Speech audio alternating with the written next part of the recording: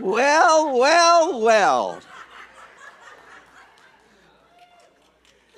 And I want to squelch a rumor that in the ninth inning last night, the manager for the Dodgers did not call me wanting me to pinch hit. So just a little note to you.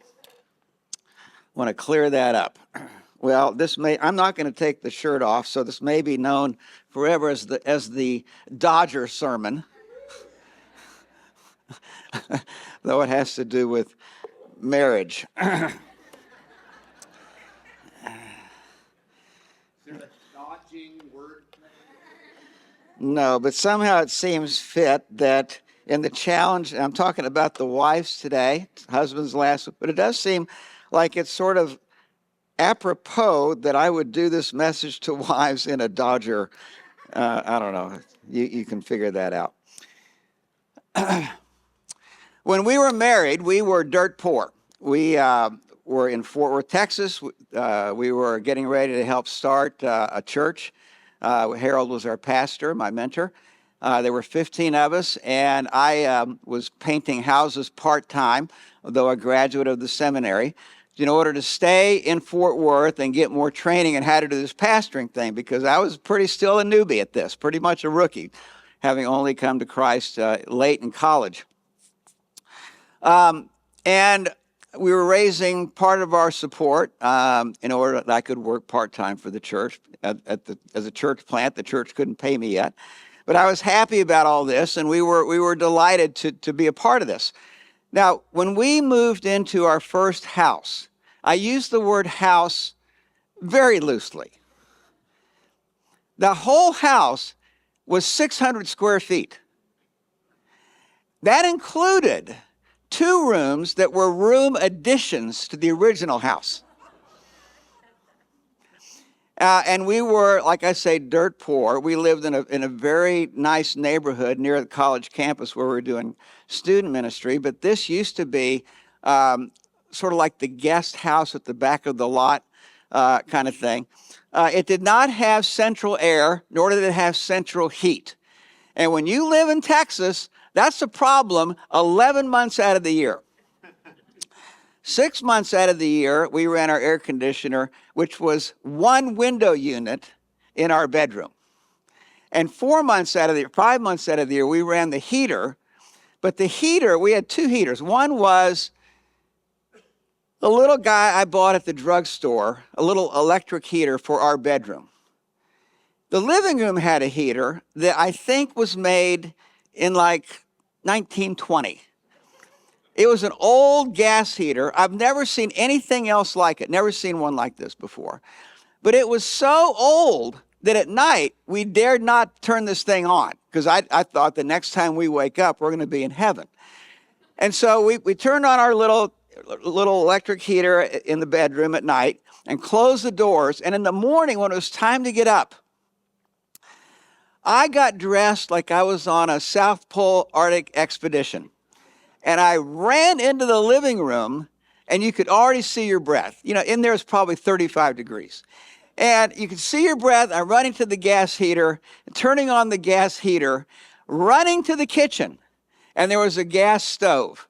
And I turned on the gas oven and left the door open to help warm up the house. And all 4 burners were on, and then raced back into the bedroom and dove under the covers because I was freezing just from that little adventure. We had what you might call in your marriage budget meetings, which is a euphemism for how can we cut our expenses. And again, I was a rookie husband. I mean, raw rookie husband, which you will understand when I tell the rest of this story, is we were trying to cut any unnecessary spending. And at one point, I went through my list and where I spent money, and she's going through her list, and she said, "Well, I guess I could cut out makeup." To which I replied, "Oh, there'll always be money in the budget for makeup."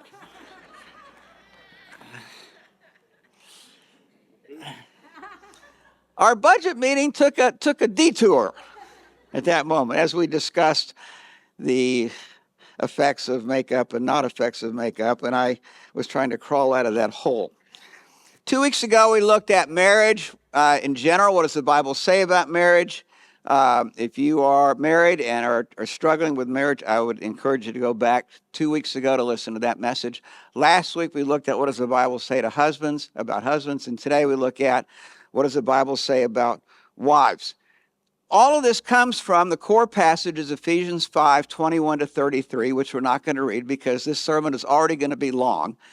But woven into this passage, there are two things interwoven together. One, the easy, low-hanging fruit are the relational roles both a husband and a wife are to do. What's harder to understand, and it's just sort of woven into the passage back and forth, is a metaphor for marriage of how Jesus relates to us and how we're to relate to him, as a metaphor for both husband and wife and the example of Jesus that we can take from. A little review in your handout, if you have an outline.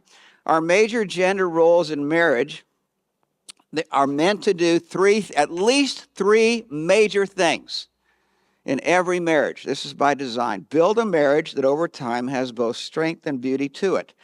This is a process.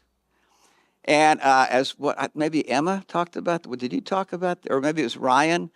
This is a long process of building a marriage. Yours truly is still building his marriage with Mindy, 47 years into it. Second, marriage exposes and overcomes our natural pride and self-centeredness. This is part of what marriage does. Marriage puts a mirror in front of us, where instead we want to blame our husband or our wife for our failures to do what we ought to do. But what marriage does, from God's point of view, is he drops this marriage down in front of both of us. And he says, take a look at you. And no matter how your spouse is responding to you, you and I have responsibility to respond the way God tells us to respond, whether we like it or not, whether we feel like it or not. This is God's training program of trying to expose and overcome our natural self-centeredness and our pride. And third, to turn our hearts and expectations to Jesus as our primary source of satisfaction. All of us enter marriage with the belief that the primary source of satisfaction is you. And when we do that, when the other person also does that, we put a tremendous amount of pressure on each other to come through for us, and love and pressure do not coexist. Jesus is meant to be, for both the husband and the wife, the core source of satisfaction. This takes a lot of pressure off of you and off of your spouse and off of your marriage. All right, little review of husbands. Primary role is godly headship, sacrificial, and tender love. We looked at that. And in a nutshell, this is I'm to reveal something of the sacrificial and tender love to Mindy, to give her a picture of this is what the love of Jesus is like for you. There's a sacrificial element to it, and there's a tender relational element to it. And a couple bullet points. It provides a kind of leadership and love that allows a wife to internally relax, to go off duty, to be at peace, to be happy you're home instead of all fraught with anxiety, as she sets her hope in God. This is a process. And our responsibility as head, sacrificial, tender love, is to help her open her heart and free her heart rather than close her heart to her husband and attempts to control him. Every woman is tempted to close her heart and to control the person that causes her pain, to get him not to do what he ought to do. And instead, God is trying to use your husband, no matter how painful it is, to go to Jesus as your source of satisfaction. And then because of that, to open your heart to your husband and offer life-giving relationship. That's what's supposed to happen with husbands. That is an ideal, but all of us guys, we're in process on that. On the inside of your handout, a wife's relational roles is she's to reveal something different about the love of Jesus. This is both the invitational and grace-filled love of Jesus to her husband.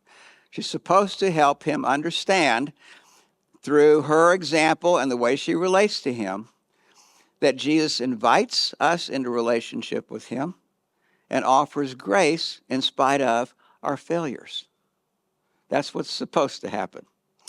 Come to me, all you who are weary and burdened. This is Jesus speaking. And I like the two verbs, or the two words, weary and burdened. Weary means I'm just so tired of trying. Over and over and over again. I keep trying. I'm so tired of trying. Burden is the word that means stressed, pressured. I'm just so tired of life, so tired of relationships. And Jesus says, come to me. Not to your spouse, not to your friends, not to the pastor, not to the church. First, come to me who are weary and burdened, and I will give you rest. He's not talking about physical rest. He's talking about something that happens in the heart when somebody feels weary with life and burdened or pressured. Somebody thinks I'm doing something right. And it provides a rest down in the soul, down in the heart. You will find, and then he says, learn from me, for I am gentle and humble in heart, and you will find rest for your souls. And here's how this happens. The way this happens when we go to Jesus is it's his attitude. His attitude. He says, I am gentle and humble in heart. And there's something about that attitude that receives us and we go, oh, somebody understands how hard my life is. Somebody understands the sense of failure that I feel. Somebody gets it. And I'm wanted here. That's the model of what a wife is supposed to offer her husband relationally. The attitude is the surprising and unexpected attitude. I get a taste of this in a friendship I have with my attorney friend. We have lunch every Tuesday, and he is a master of this. There's hardly a month goes by where one of our times I share something where I am weary and burdened, and the effect of his relating to me is, oh, somebody understands. Somebody gets me. I'm encouraged. There's grace. I'm not a failure. I'm not a loser. I'm wanted. That's the metaphor here for primary relational role, submission and respect, what Ephesians says. Also, we'll see in a few verses elsewhere. The invitational love of Jesus to a husband provides a kind of relationship to him that allows him to internally be refreshed and to know that what he is trying to do for his wife, family, and others matters. You and I live, as men, we live in a world where there are constant messages that come our way that we're just not doing enough. Just could have been done better. It's just over and over and over again. And what God wants to do is to be a home where somebody, hopefully it's you, the wife, has a chance to not tell him what he's doing wrong or what he could be doing better, but highlight what he's doing right. Even when he does something that wasn't up to your standard, if he wanted to do something right, you take out your highlighter and go, I saw that and I like that. Secondly, encourages by respecting him as he tries to both lead and love his wife and family.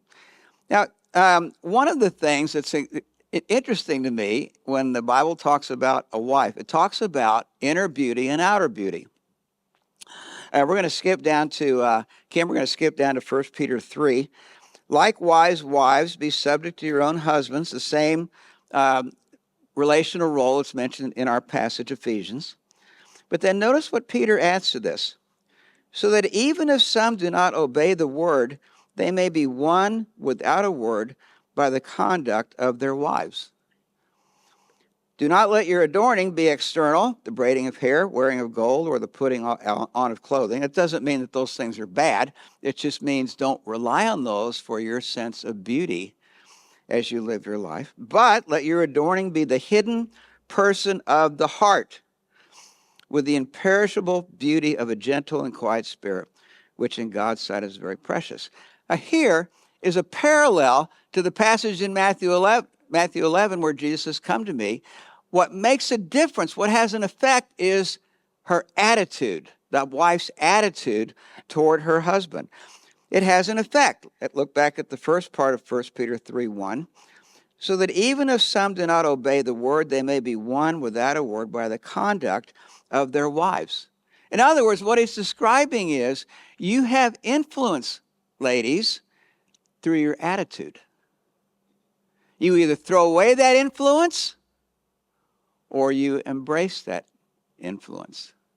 And it comes through what a husband senses in you. What Peter says, the inner person, the hidden person of the heart, the imperishable beauty. And he gives us two great categories here to think of, a gentle spirit and a quiet spirit, which is precious in God's sight. Let's unpack a few of these Hebrew and Greek words. Submit is the Greek word hypotasso, which means to arrange under. And the idea is not subservient, because at the very first of the passage, we are to submit to one another. Husbands, wives submit to one another. In the church, we are to submit to one another. I lead our elders in our church. I voluntarily submit to our elders, and they voluntarily submit to me. What's talked about here is an attitude of how we embrace each other. It's sort of like a hand and a glove, or a violin and a bow is the idea. And maybe this is better understood by a word from Genesis, where Genesis 2:20. But for Adam, no suitable helper was found for him. This is before Eve was made. Adam was tasked with naming all the animals, and after he got done, he said, how come they're all in pairs and not me? I don't see anybody that corresponds with me. And God says, we're going to do something about that. But the two words that are used here, no suitable helper. Helper is a word that's most used of God. God is our helper in times of trouble. He is our strength. This is not a lesser helper like an aide or an intern at work. This is a strong helper. The idea again of hand and glove. And suitable helper is the idea of corresponding. It's just the kind of help that the right hand needs. The left hand is designed to. It's made just right for the one to correspond together. Now, in my opinion, and by observation of many couples, and then watching the two of us as we live our marriage and build our marriage, it's my opinion in gender that you ladies, part of the wonder of the feminine soul is that you all have been given an amazing array, antenna, what my mother used to call women's intuition, to be able to read a situation, to read us guys, to read what's going on emotionally way better than we do. Even the most sensitive man I know is about in fourth grade compared to you ladies. And you ladies you may not be in college, but you're close to graduating high school at least. Even the most insensitive is close to graduating into college. And what I read here, the helper suitable for him, is that you all have the ability to help make this happen. Where we are sort of like bumps on a log, kind of lugging along. We just don't have the radar that you all have to navigate these waters. This is an example of the importance of complementary gender. A gentle spirit, the Greek word is praus, and it means to be humble. And when I think of this, it's more than just humble. It's gentle. The idea is meek, but meek is not weak. But this quality sees what somebody is doing right and highlights that rather than what somebody is doing wrong and puts words to that. When I think of this, I think about a cheerleader who, no matter how the game is going, is able to still root for the team. And then the second quality Peter mentions is a quiet spirit, and this means calm in a crisis. Now, as a lot of you know, I am married to an over-the-top extrovert, highly opinionated, highly verbal, and I love that about her. You know, she's got 50 best friends. You know, she's just kind of that personality. He's not talking about quiet in terms of vocal.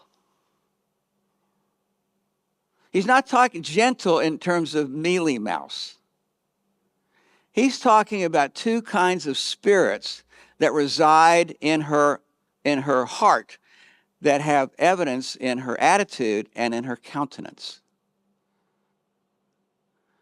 There have been times where this calm in a crisis thing, we've had our share of like up against the wall. What are we going to do? I don't know. I'm out of answers. And where I'm sitting in the living rooms, just sort of having a pouty pity party, and she's in the back and doing something, and I'm just like, God, I don't know what we're going to do. I don't know how we're going to handle this. I just don't know. I just right next to the pond of discouragement, ready to jump in and just get all muddy and just like, I hate life and I don't want to do this anymore. And this is so hard.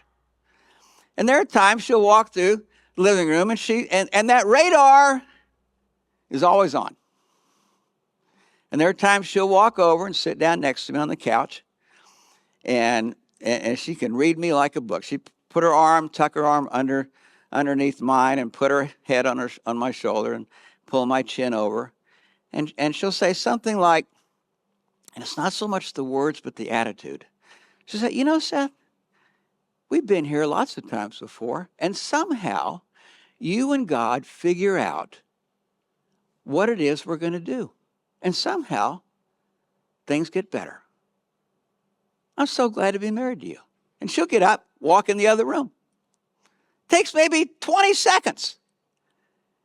And there is nothing like that, save being at the foot of the cross and hearing that from Jesus. That's in that attitude is what Peter describes as a gentle towards me and quiet, calm in a crisis when life is difficult, combined. Gentle, quiet spirit. Now, what gets in the way of this?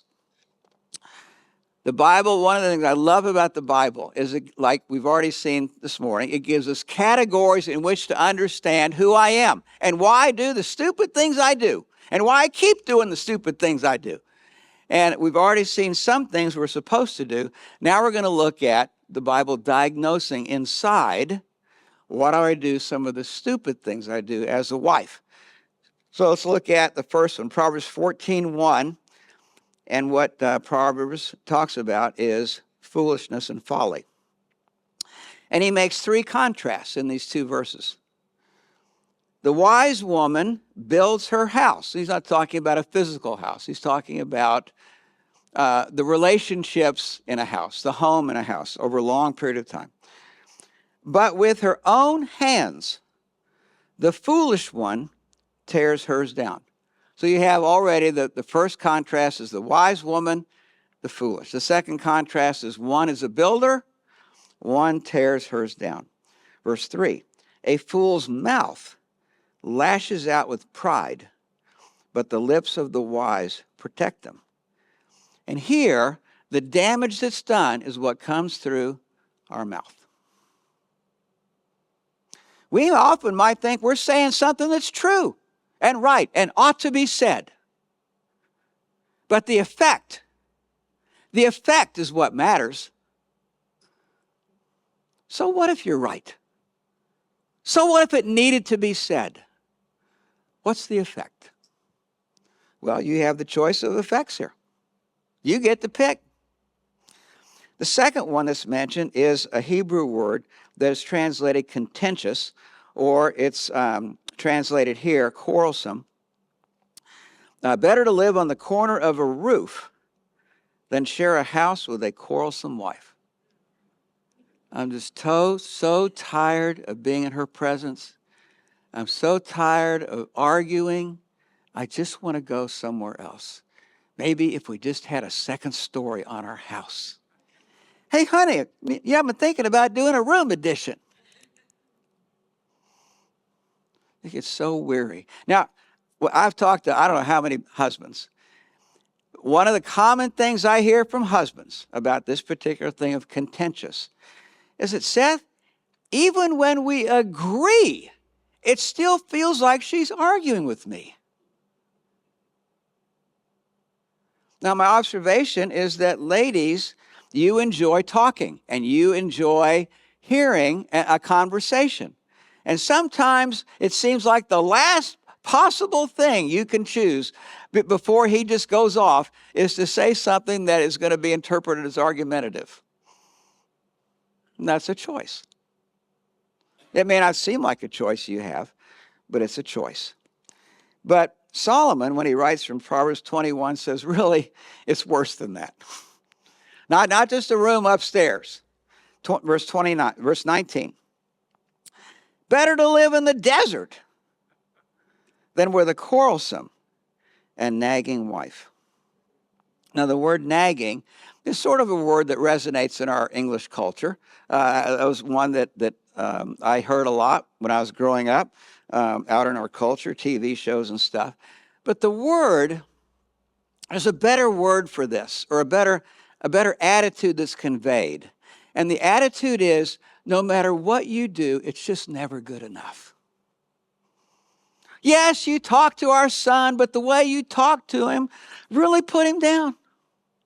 Yes, you watch the kids finally so I could get out a couple hours with my friend, but when I got home, the house was a wreck. It took me longer to clean up than if I hadn't gone at all. Well, yes, you finally did take me out to dinner, but it's been 4 months since the last one. This is the word vexing.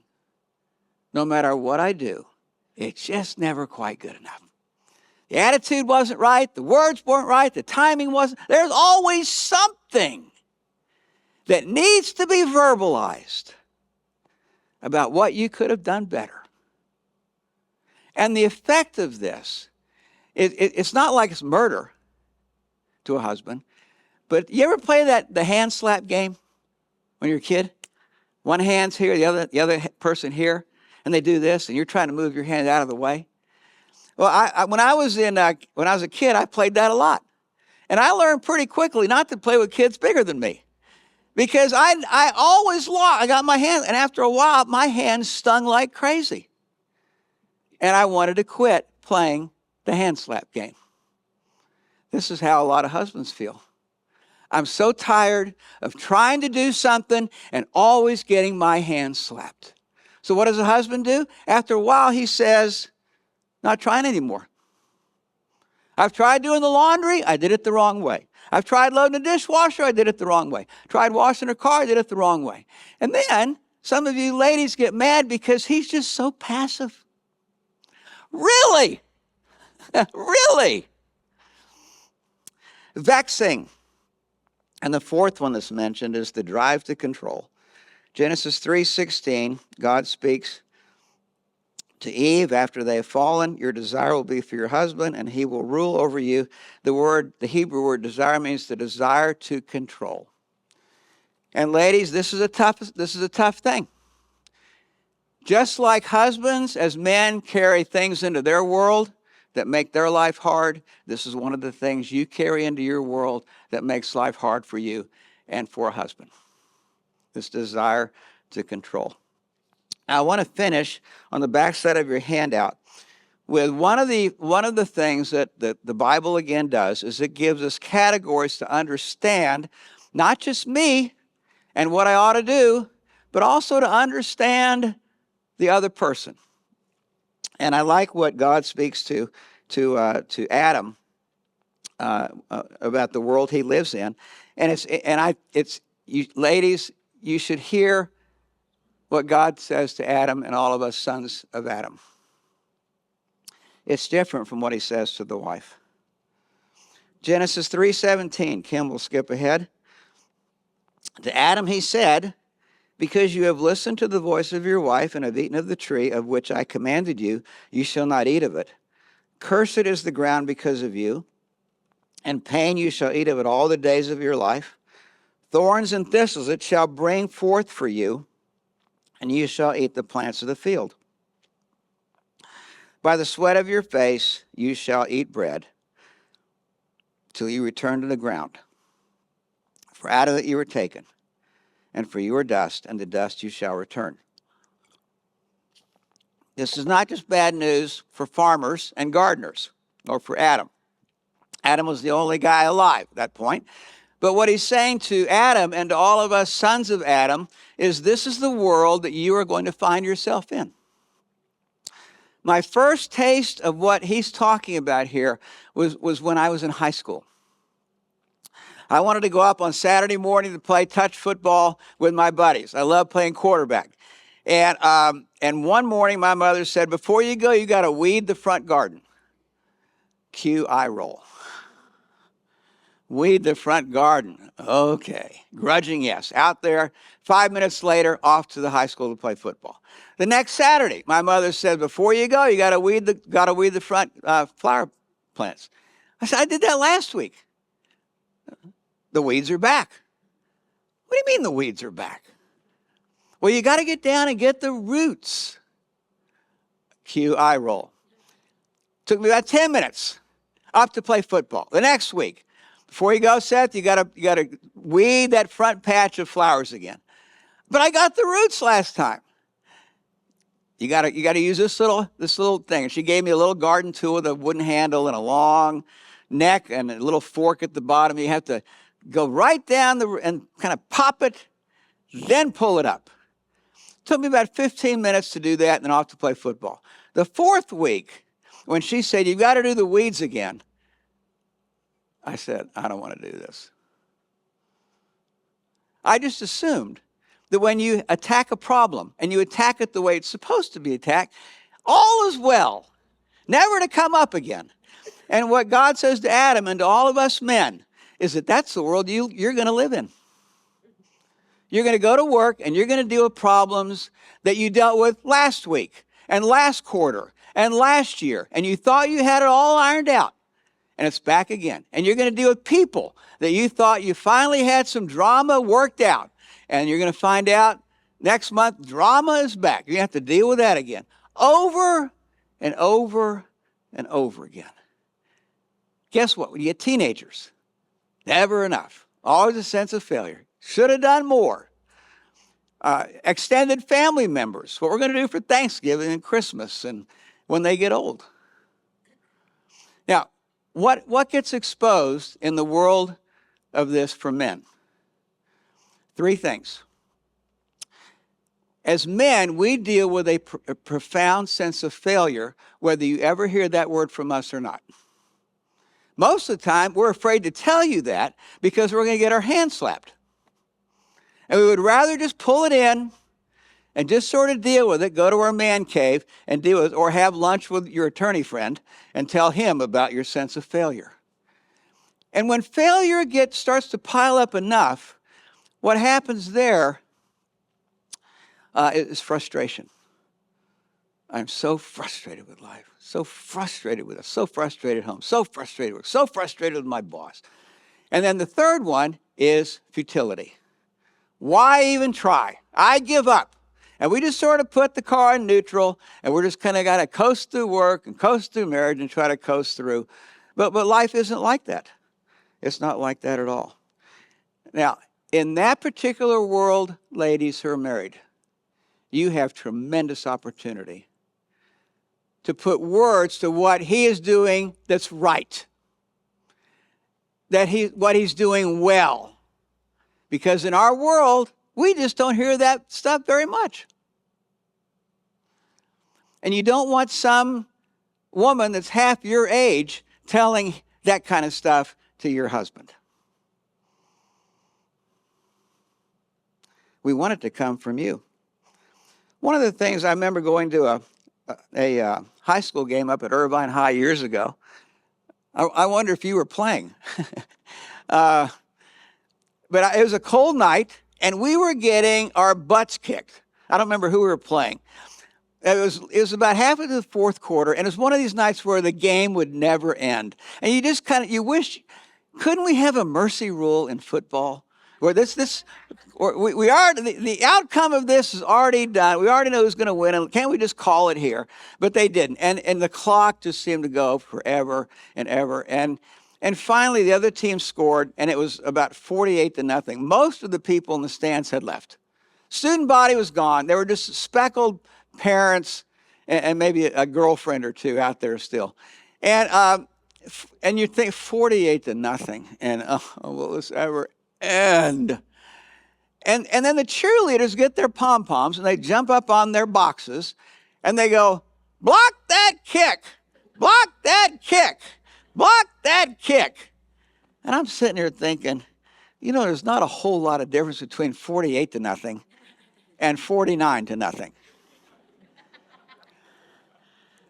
But I sort of felt like a traitor. And so I grudgingly involved myself in the cheer, but rather half-heartedly, block that kick, block that kick, block that kick. But here's what struck me. Those girls were doing more than just their job, what they were supposed to do. I think that feminine radar was in full display. And I'll bet you they knew some of those boys that were out on the field, 11 boys, under that helmet behind that face mask. And I think they discerned that they and all the boys on the sideline felt like utter, complete failures. Public humiliation. The scoreboard gave the evidence. And something arose in them that said, no matter how badly you feel at this moment, we're on your team. We're with you. We're with you. That's the gentle and quiet spirit to a husband when he feels like a failure, like what he's doing doesn't matter. Proverbs 19:13, a quarrelsome wife is like a constant dripping on a leaky roof. I mentioned last week that the ideal in a short sentence is a husband is supposed to be the thermostat at home and the wife is supposed to be the thermometer. And I think I left an impression that I didn't use the word ideal enough there. Because in reality, even though that might be the ideal to which the first half of this message points to, too often the second half of this message is where we live, in the same way as last week's message. And I was reminded in our backyard, our backyard is littered with sermon props, which is... And I don't remember where we got this, Coca-Cola thermometer. And we've had it out there for ages. It's got cobwebs on the back and dust and stuff I've never seen before. And it's the kind of thing that you would see at Cracker Barrel. Like, wow, that's really cool. At least until they took it. Maybe we got it from Cracker Barrel a few months ago. And it's a lovely thing. But if you can look close enough, what you'll see is there's no thermometer where the thermometer is supposed to be. There's supposed to be a thermometer right there. In fact, it's still marked as a thermometer. Fahrenheit on the left, centigrade on the right. And there's still a place where a thermometer can be placed in this. Now, ladies, if you hear this message today, you may think, Seth, you are holding me, a broken and misplaced thermometer. And what I want to tell you is, but the markings are still there. And the markings come back by being other-centered, humble, gentle, respectful. I've held some broken thermostats, which Lance has replaced here in our building. Those don't have to stay broken. Let's pray. This is where the gospel is our best friend. Because it takes us when we are broken, Like Jesus said, come to me, all you who labor, who weary and are heavy laden, pressured, stressed, and I will give you rest down in your heart. And by his gentle and humble attitude, we find what our souls most long for. And when we start to do that, we start to go, oh,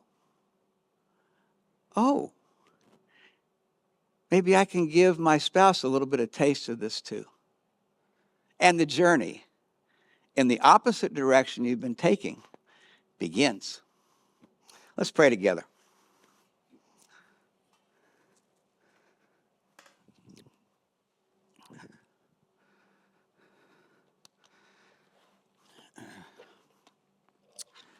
Father, we clearly admit that life is hard and marriage is hard. And we thank you for the gospel that takes us where we are, no matter how broken we are, no matter what kind of sense of failure we have. It reaches down, not just that we've done the wrong thing, but that our nature is faulty. What we do by autopilot is corrupt. Our first reaction is usually the wrong one. And if you feel like that, I want to say to you, welcome to the club. This is why we are here. One of the reasons we're here on Sunday. Because Jesus Christ, when we turn to him, provides a satisfaction we'll get nowhere else. And when we're here, we have an opportunity to reflect something of that satisfaction we experience from him to other people that God puts in our path. Lord Jesus, thank you that you take us at whatever level of brokenness we are, and we experience something of the wonders of your humble and gentle spirit that allows us to find rest even when we feel ugly and even when we've been ugly, and sets us back up on our feet and now says, go give people in your world a taste of what you just got here. Help us to do that. We pray in Jesus' name. Amen.